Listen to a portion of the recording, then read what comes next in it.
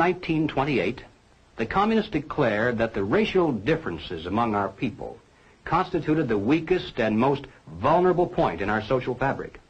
By constantly probing and straining at this one spot, they calculated that eventually the cloth could be torn apart and that Americans could be divided, weakened, and perhaps even set against each other in open combat.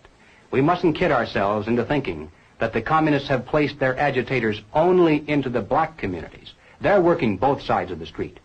They want hatred, violence, and bloodshed between the races, and they don't care how they get it or whom they use, even children if necessary. Here is a book that I think ought to be in every home library. It's entitled Color, Communism, and Common Sense by Manning Johnson. He joined the party as a young man because he honestly believed that the Communists were trying to improve the conditions of his people.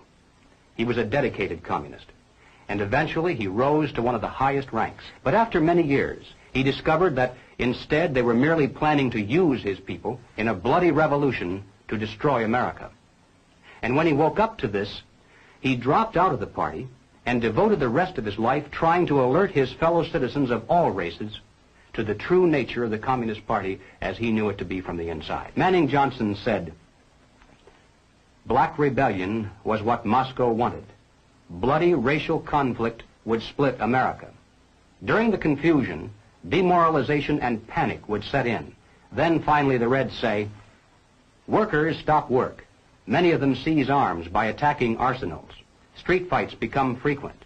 Under the leadership of the Communist Party, the workers organize revolutionary committees to be in command of the uprising.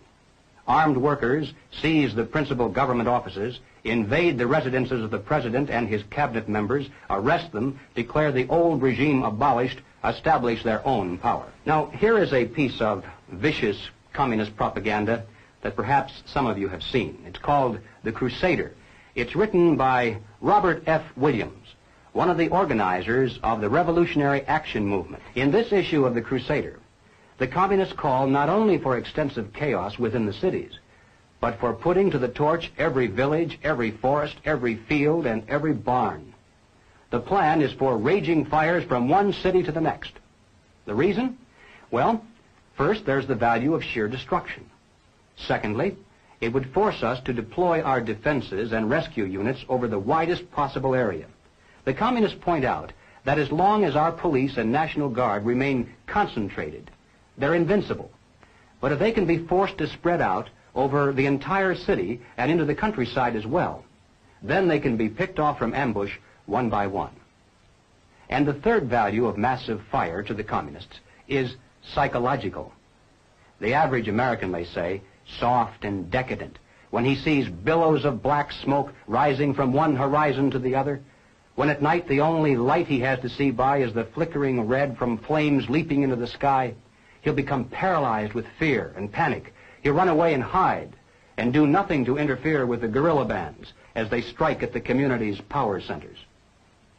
The Crusader explains how to set up sniper units in crowded metropolitan areas, how to manufacture jumbo Molotov cocktails, the gallon jug size, and how to mix the gasoline with certain ingredients to make it burn like napalm, how to pour gasoline into utility manholes in the streets to set fire to the main telephone cables, how to put sulfur tips from matches into air conditioning units and blow up large buildings, how to ignite gas mains and oil storage tanks. It explains how radio-controlled model airplanes can be used to fly explosive charges over heavily guarded fences into gasoline storage areas or munition stockpiles. It even calls for infiltration into the National Guard units, revolutionaries posing as non-militants for the purpose of getting free military training and for gaining access to critical military supplies and heavy weapons. And then, finally, Robert Williams says this: any all-out minority revolution must create a state of crisis wherein almost all of the male population would be forced to remain in their homes to protect their property and families. The middle class is very large, but it is not accustomed to deprivation and terror. Because of its affluence, it has waxed soft. It has no stomach for massive fire, blood, and violence. The motive force behind its life drive is its endless pursuit of prestige, conspicuous consumption, and sensual pleasure. A few years of violent, sporadic, and highly destructive uprisings will set the stage for the grand finale. After the stage is properly set through protracted struggle, America could be brought to her knees in 90 days of highly organized, fierce fighting, sabotage, and massive firestorm. Ladies and gentlemen, the plans and preparations for a communist revolution of force and violence are far advanced.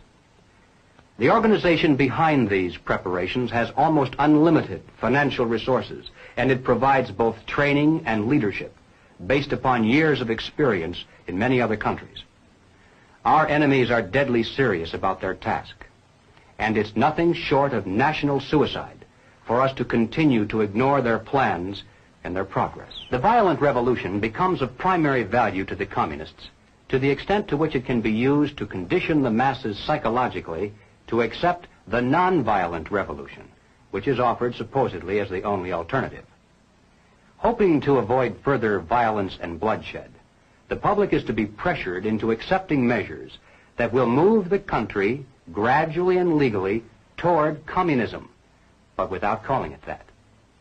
The strategy of the proletarian revolution calls for the quiet conversion of our government into a communist regime, but under the banner of socialism. Well, what is socialism?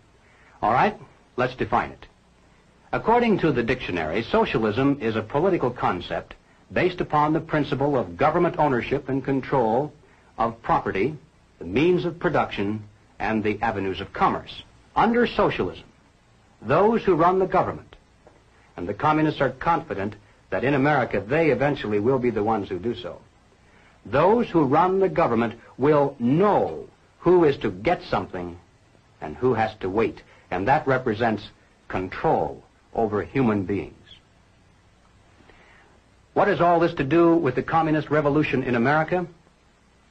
Well, ladies and gentlemen, it has everything to do with it, because the building of socialism is the communist revolution in America.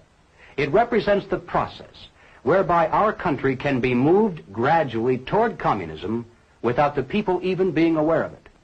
No matter what grievance we may have, real or imagined, no matter what national problems we may face, the communists seize upon these as excuses to build socialism. They have one and only one solution for all problems: more government, and then more and more until it's total government. And forgive me for saying it one more time, total government is communism.